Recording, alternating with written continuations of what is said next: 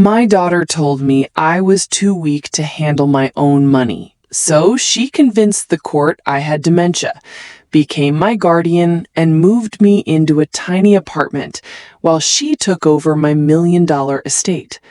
But she made one critical mistake. She underestimated a woman who built that fortune from nothing. And while she was busy spending my money on designer bags and luxury vacations, I was quietly planning something that would make her question everything she thought she knew about her dear old mother. This is how I made my greedy daughter learn that some battles you should never start. Thank you for taking the time to hear my story.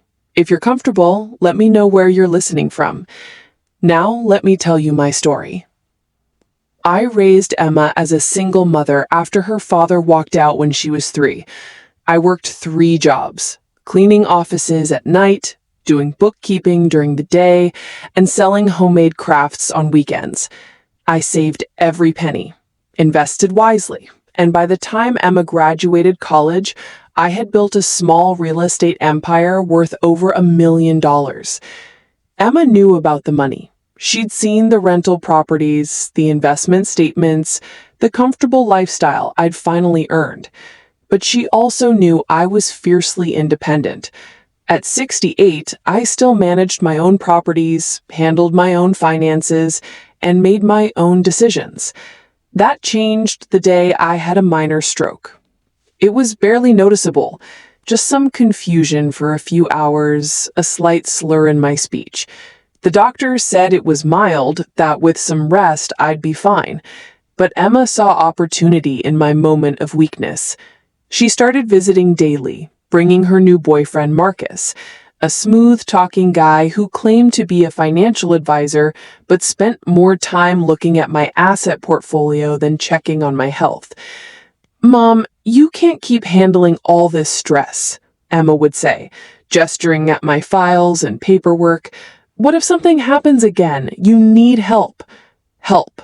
That's what she called it when she started asking me to sign documents I was too tired to read carefully. The guardianship hearing happened on a Tuesday.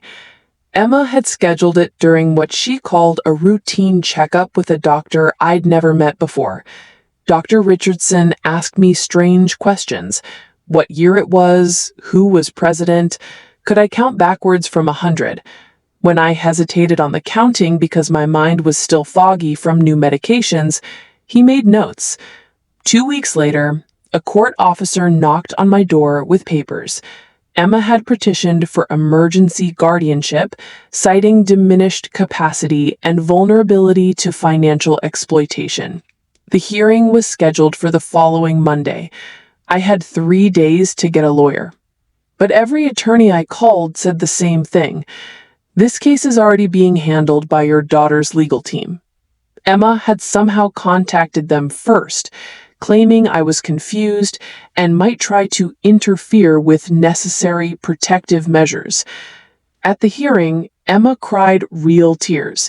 She talked about finding me confused, about unpaid bills I later discovered she had hidden from me. She brought Marcus, who testified as a financial expert about my erratic spending patterns. They painted a picture of a woman losing her grip on reality.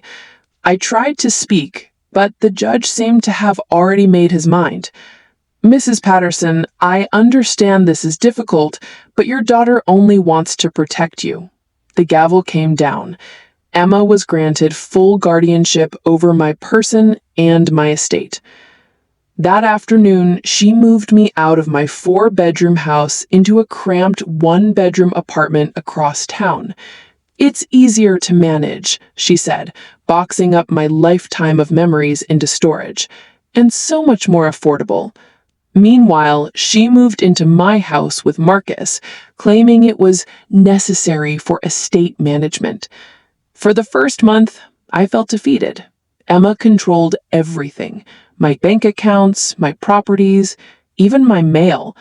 She gave me a weekly allowance like I was a child and monitored my spending. But she made one crucial error. She let me keep my cell phone and my laptop, thinking a confused old woman couldn't cause much trouble with technology. She was wrong. I started researching guardianship laws, financial abuse statutes, patient rights. I learned that guardians could be removed for mismanagement or self-dealing. I discovered that courts had to approve major decisions and that guardians were required to file detailed financial reports. Then I started documenting every expensive purchase Emma made with my money, every rental property she sold below market value to Marcus's investment company, every family heirloom that mysteriously disappeared from the storage unit. I opened a secure email account Emma didn't know about and began reaching out to tenants in my rental properties. They told me about Emma's new management style: doubled rents, deferred maintenance, threats of eviction.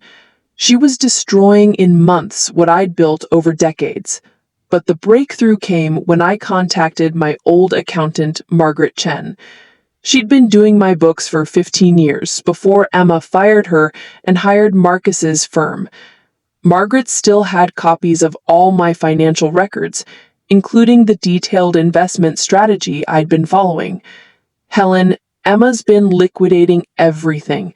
She's converting your long-term investments to cash, and, well, I think you need to see this. She showed me bank records she'd obtained through a professional contact. Emma had opened multiple accounts in her name, transferring hundreds of thousands of dollars from my estate. That night, I made a decision.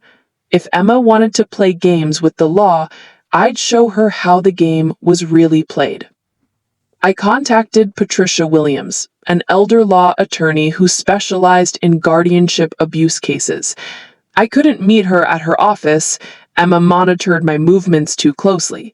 Instead, we met at a library across town, where I laid out everything I'd discovered. Patricia's eyes widened as she reviewed my documentation. Helen, this isn't just mismanagement. This is embezzlement on a massive scale. She took photos of every document with her phone. We can petition for an emergency hearing, but we need irrefutable evidence of self-dealing. That's when I played my ace card. I still had access to my original investment accounts. Emma had transferred the money but hadn't closed the accounts. The transaction histories showed exactly where every dollar had gone. Patricia smiled for the first time since we'd met. This is going to be fun. We filed the petition on a Friday afternoon, when Emma was at her weekly spa appointment, paid for with my money, of course. The motion included 47 pages of evidence: bank transfers, property sales to Marcus at below market prices, luxury purchases, and a forensic accounting analysis Margaret had prepared. The court scheduled an emergency hearing for Monday morning. Emma didn't find out until the sheriff served her the papers at my old house on Sunday evening. She called me immediately, her voice shaking with rage. "Mother, what have you done?" I was sitting in my tiny apartment looking at a photo of my real house where she was living rent-free. "I'm taking back what's mine, Emma. You should have been more careful with your bookkeeping." The hearing was swift and decisive. Judge Martinez reviewed our evidence, looked at Emma's financial reports, which didn't match our documentation, and asked pointed questions about property transfers to Marcus's company. Emma's attorney fumbled through explanations about market conditions and protective asset management. Then Patricia stood up. "Your Honor, we're requesting an immediate audit of all estate transactions, removal of the current guardian for self-dealing, and restoration of Mrs. Patterson's legal rights. We have evidence of potential criminal activity that we believe should be referred to the district attorney's office." Emma went pale. Marcus left the courtroom. By noon, the guardianship was terminated. By 2 p.m., all my accounts were frozen pending investigation. By 5 p.m., I had my house keys back, and Emma had 24 hours to vacate. Getting my legal rights back was just the beginning. The real satisfaction came from what happened next. The forensic audit revealed that Emma had stolen over $400,000 from my estate. Property sales, unauthorized transfers, luxury purchases, it was all documented in black and white. Patricia filed criminal charges for elder abuse, embezzlement, and fraud. But I wanted more than justice. I wanted Emma to understand the full consequences of betraying family. While she scrambled to find a criminal defense attorney, I quietly began rebuilding my empire. The properties she'd sold to Marcus, I discovered the sales contracts had legal problems. She hadn't gotten proper court approval for below-market transactions. I sued to void the sales and got my properties back at the prices Marcus had paid. The luxury items she'd bought with my money, I hired a private investigator to catalog everything, then sued for recovery. Her designer bags, Marcus's new car, their expensive jewelry, all of it had to be returned or paid for. Emma tried to declare bankruptcy to avoid paying me back. I objected, arguing that debts from intentional fraud couldn't be discharged. The bankruptcy court agreed. Then came the criminal trial. Emma thought she could plea bargain her way out with probation and community service, but the prosecutor had reviewed all our evidence and decided to make an example. Elder financial abuse was becoming an epidemic, and they wanted to send a message. I testified at her sentencing hearing, not to ask for mercy, but to make sure the judge understood the full impact of her actions. Your Honor, I said, looking directly at Emma, my daughter didn't just steal my money, she stole my dignity, my independence, and my trust. She convinced a court I was incompetent so she could rob me blind. That's not just theft, that's betrayal of the deepest kind. Emma got 3 years in prison. Marcus got 5. Apparently, he'd done